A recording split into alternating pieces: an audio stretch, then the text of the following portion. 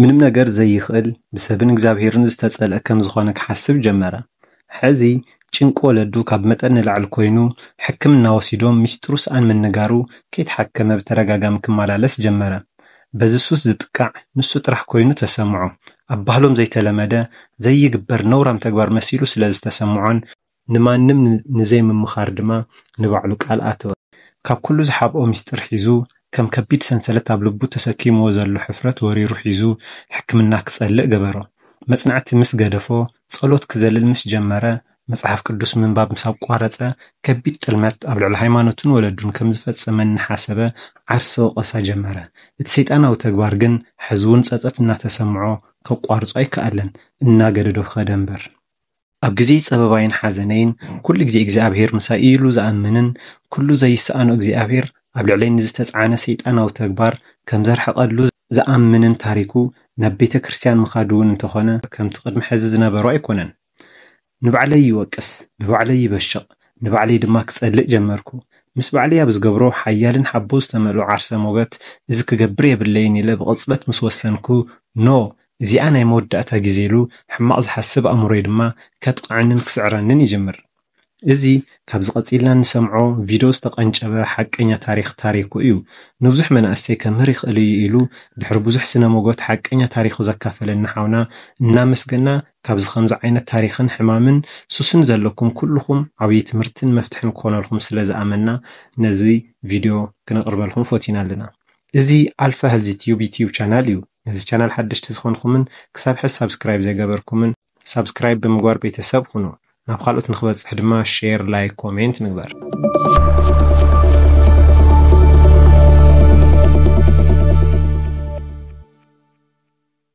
እዚ ሓቀኛ ታሪክ ናይ ሓደ ሽሙ ክንገረሉ ዘይደሊ ሓደ ናይ ሱስ ተጠቃዒ ዝኾነን ብዙሕ ናይ ህይወት ፈተና ዘሕለፈን እዩ። ኣብዚ ሕዚ ሰዓት ብዙሓት መናእሰይ ኣብዚ ሱስ ከም ዝተጠሓዱን ካብ ሱስ ንምውፃእ ከም ዝተጸገሙን ብስፍሓት እዩ ዝንገር። ኣብዚ ሱስ ዝኣተውን ካብዚ ሱስ ንምውፃእ ከቢድ ዝኾኖምን ኣብ ክሊ ዕድመ መናእሰይ ዝርከቡ ብወገን ክልቲኡ ጾታ ዘለው ድማ ክንመሃረሉ ከም እንኽእል ብምትእምማን እዩ። ናብዚ ሱስ ከመይ ከም ዝኣተው ናብ ሚድያ ቀሪቦም ዝዝንቱ ኩሎም መበገሲኦም ናይ ፖርን ቪድዮ ምርኣይ ከም ዝኾነ ይሕብሩ። ሕዚ ናብ በዓል ታሪክና እዚ ታሪክ ብኣልፋ ሄልዝ ዩቲዩብ ቻናል ክሓልፈሉ ዝደለየ መንእሰይ ትግራዋይ ንሕለፍ። ነዚ ጽሑፍ ክሙች ኢልና ሽሙ ቀይርና ዘቕረብናዮ በዓል ታሪክ ኢልና ያለና።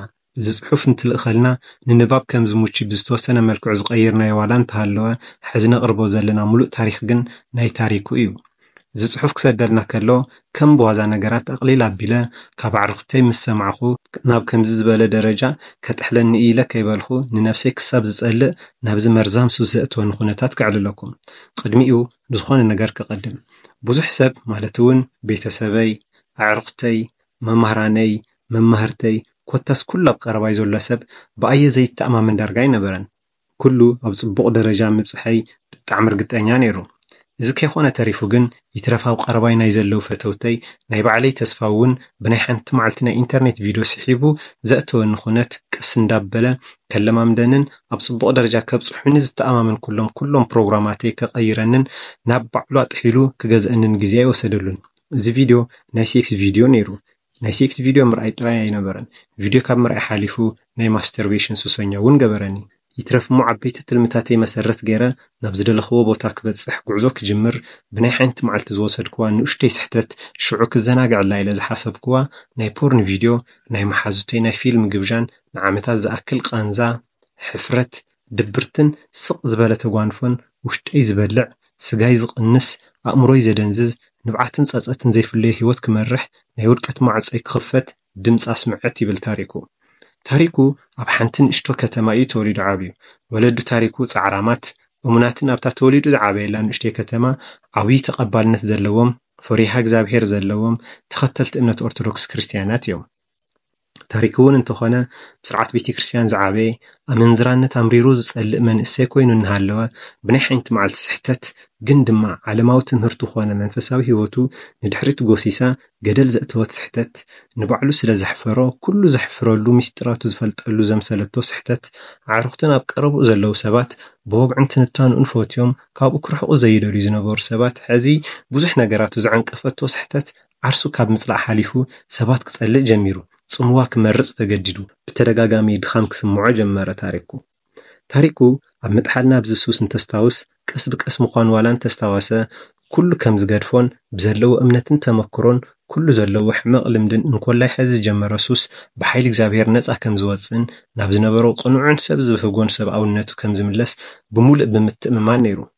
በሊሕ ሰብ ስሕተታቱ ካብ ሰብ ይምሃር፣ ንቑሕ ሰብ ድማ ስሕተታቱ ካብ ባዕሉ ይምሃር፣ ሰነፍ ሰብ ድማ ኣብ ባዕሉ ዝበፅሑ ሰብነቱ ዘንዕቑ ሕቶታትን እናተደጋገመዎ እውን ክመሃረሎም ኣይኽእልን ዝብል ብሂል ዓድና ደጋጊሙ ዝናገረላ ታሪኩ ናብ ባዕሉ እንተምፃእ ድማ ቁኑዕ ሰብ ካብ ጌጋ እዩ ዝመሃር ይብል።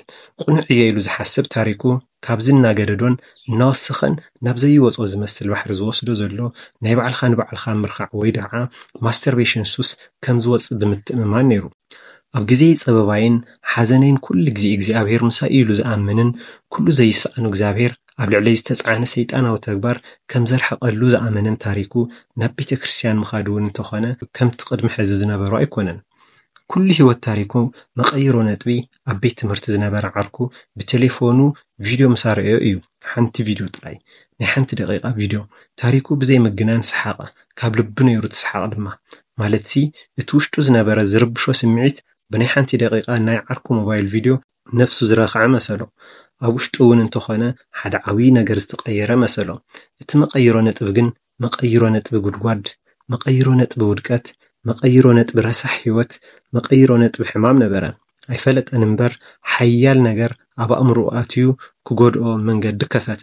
ሽዑ ምሸት ኣብ ክፍሉ በይኑ ኮይኑ እቲ ኣብ እዋን ቀትሪ ናይ ሓንቲ ደቂቓ ቪድዮ ዝረአየላ እናሓሰበ ኣብ ኣእምሮኡ ዝስእለን ቆናጁ ጎራዙ እናሓሰበን ማስተርቤሽን ፈጸመ። ሽዑ ድማ ንመጀመርታ ግዜ ዝገበሮ ማስተርቤሽን ነይሩ። ዝገርም ነገር ኮይኑ ተሰሚዕኒ ድማ ይብል ጌጋ ከም ዝፈጸምኩ ኣሚነ፣ ግን ድማ ደስ ዝብልን ህይወት ዝሰርዕን ውሽጥኻ ዝርብሽ ዝነበረ ታሪክ ዝረስዕ ብሓዱሽ መንፈስ ጽቡቕ ስራሕ ንምስራሕ ዘለዓእል ኣእምሮይን ጌጋን ሕማቕ ስራሕ ከም ዝስራሕኹ ዝኣምን ኣእምሮይን ነንባዕሎም ግጥም ጀመሩ ይብል ታሪኩ። ናብ ዓራተይ እዋን ድቃሰይ ሰዓት ከይኣኸለ ምድያብ ኮይኑ ስርሐይ ናይ ድቃስ ሰዓተይ ድማ ካብቲ ዝነበሮ ክቕንስ ጀመረ። ናብ ዓራት ምስ ደየብኩ ድማ ንመጨረሻ እዋን ሕዚ ሓንቲ ግዜ ጥራሕ ዝብል ድምፂ ሕሹኽ ይብለኒ እሞ እቲ ሕማቕ ሱስ እቲ ብሃይማኖቱ ግዝ ዝኾነ ተግባር ክገብር ዝደፋፍአኒ ሓደ ወገን ኣእምሮይ ስዒሩ ይደግም። ንጽባሒቱ እውን ከምኡ ይገብር። ድሕሪኡ ዝነበረት ለይቲ እውን ክውስኽ ተገደድኩ። ብሰዓተይ ምድቃስ ገዲፈ ሰዓት መጽናዕተይ ተዛቢዑ ቤተ ክርስቲያን ምኻድ ቀኒሰ ብበዝሕን ሓያልን ድብርት ጸሎት ምብጻሕ ረሲዐ ካሊእ ህይወት ካሊእ ታሪኩ ኮይነ ናይ ማስተርቤሽን ሱሰኛ ኮይነ ድማ ዓረፍኩ። ንባዕለይ ይወቅስ፣ ብባዕለይ ይበሽቕ፣ ንባዕለይ ድማ ክጸልእ ጀመርኩ። ምስ ባዕለይ ኣብ ዝገብሮ ሓያልን ሓቡ ዝተመልኦ ዓርሰ ሞገት እዚ ክገብር የብለይን ኢለ ብቕጽበት ምስ ወሰንኩ ኖ እዚኣ ናይ መወዳእታ ግዜ ኢሉ ሕማቕ ዝሓስብ ኣእምሮይ ድማ ከጥቃዕንን ክስዕረንን ይጅምር። ድሕሪ ንውሕ ዝበለ እዋን ሱስ ካብቲ ዝነበሩ ሓሊፉ ኣብ ለይቲ ክልተ ግዜ ባዕለይ ንባዕለይ ከርክዕ ጀመርኩ። ደረጃ ሱሰይ ክውስኽ ጀመረ። ብሕታውነት፣ ጽምዋ፣ ድብርት፣ ድኻምን ኩሎም ኣባይ ተመስረቱ። ብፀሓይ ምንቅስቓስ ዝኸብደኒ፣ ኣብ መጽናዕቲ ሰዓተይ ድቃስ ዝስዕረኒ፣ ኣብ እዋን ቤተ ክርስቲያን ድብርት ዝስዕረኒ ታሪኹ ኾንኩ። ምንም ከም ዘይጠቅምን ኣይኮነኒ ቤተሰበይ ንባዕለይ እውን ከም ዘይኸውን ኣሚነ ኣብ ሓያል ዓርሲ እምነት ምስኣን በጻሕኹ። ካብ ኩሉ ዝሓብኦ ምስጢር ውሽጡ እናጎድኦ ከም ከቢድ ሰንሰለት ኣብ ልቡ ተሰኪሙ ዝነበረ ሕፍረት ወሪሩ ሒዙ ሕክምና ክጸልእ ገበሮ። መጽናዕቲ ምስ ገደፎ ጸሎት ክዘልል ምስ ጀመረ መጽሓፍ ቅዱስ ምንባብ ምስ ኣቋረጸ ከቢድ ጥልመት ኣብ ልዕሊ ሃይማኖትን ወለዱን ከም ዝፈጽመኒ ሓሰበ ዓርሲ ወቐሳ ጀመረ። እቲ ሰይጣናዊ ተግባር ግን ሕዚ እውን ጸጸት እናተሰምዖ ከቋርጾ ዘይከኣለ እናገደደ ዝኸይድ ዘሎ ተግባር እናፈጸመ ምኻድ ቀጸለ። ድሕሪ ከቢድ ወልፊ ማስተርቤሽን ኣብ ትምህርቱ ከድህብ ኣይከኣለን። ምቕናስ ውፅኢቱ ፈተናኡ ብመምህራኑ ሃንደበት ምዃኑ ስዒቡ ድንጋጸ ፈጠረ። ብውሽጡ ከቢድ ድኻምን ባዶነትን ተሰምዖ። ሕልሙ ክሃስስ ጀመረ። ምስ ኣምላኽ ዝነበሮ ርክብ ዝሞተ ኮይኑ ተሰምዖ። ድሕሪ ምግባር ማስተርቤሽን ክበክን ክበሽቕን ጀመረ። ምንቅስቓስ ኣበዮ ጠጠው ክብል ኣብ ዝጅምረሉ ርእሱ ኣዚርዎ ክወድቕ ጀመረ። ድሌት ምግቢ ክቕንስ ጀመረ። ክብደት ሰውነቱ እውን እንተኾነ ምቕናስን ከሽቆልቁልን ጀመረ። ምንም ነገር ዘይኽእል ብሰብን እግዚኣብሔርን ዝተጸልአ ከም ዝኾነ ክሓስብ ጀመረ። ሕዚ ጭንቂ ወለዱ ካብ መጠን ላዕሊ ኮይኑ ሕክምና ወሲዶም ምስጢሩ ሰኣን ምንጋሩ ከይተሓከመ ብተደጋጋሚ ክመላለስ ጀመረ። በዚ ሱስ ዝጥቃዕ ንሱ ጥራይ ኮይኑ እናተሰምዖ ኣብ ባህሎም ዘይተለመደ ዘይግበር ነውራም ተግባር መሲሉ ስለ ዝተሰምዖን ንማንም ንዘይምምኻር ድማ ንባዕሉ ቃል ኣተወ። ገዛ ይቁፀሮም እምበር بمليونات ዝቁፀሩ መናእሰይ ገና ብዕድመ መናእሰይ ዘይበፅሑ ህፃናት ኣጠቃቅማ ሞባይል ዘይኽእሉ ዕሸላት ናይ ዝወልፊ ተጠቃዕቲ እዮም ብክልቲኡ ፆታ ማለት እውን ኣወዳትን ኣዋልድን ኣብ ቤት ማእሰርቲ ቤት ትምህርቲ ብወልፊ ማስተርቤሽን ዝሳቀዩ ብዙሓት እዮም ኣብ ሕድሕድ ኮሌጃትን ዩኒቨርሲቲን ዘለው ናይ ዝሱስ ተጠቃዕቲ እውን ተመሳሳሊ ብዙሓት እዮም ንኩሉ ጥዕናዊ ተንከፍ ፀገማት ብዘይ ሕፍረት ንሓኺምካ ብተማኽረሉ እዋን መፍትሒኡ ኣብ ቀረባ ትረኽቦ ትኽእል ኢኻ ታሪክ እውን ኣብዛ የብቅዕን ፀገማቱ ንምፍታሕ ዝተጠቐመሎም ሜላታት ከይዲ ሕክምናን ምስጢሩን መጀመርያ እዋን ዘውፅአሉ ከይድን ሕዚ ኣብ ከመይ ዝበለ ደረጃ ከም ዘሎን ነዚ ታሪክ ንምንታይ ንምውፃእ ከም ዝተደፋፍአን ኣብ ቀፃሊ ማለት እውን ናይዚ ታሪክ ካልኣይ ክፋል ሒዝናልኩም ንቐርብ ኢና ክሳብ ሽዑ ግን ነዚ ቻናል ሓደሽቲ ዝኾንኩምን ክሳብ ሕዚ ሳብስክራይብ ዘይገበርኩም ሳብስክራይብ ብምግባር ቤተሰብ ይኹኑ ናብ ካልኦት ንክበፅሕ ድማ ሼር ላይክ ኮሜንት ንግበር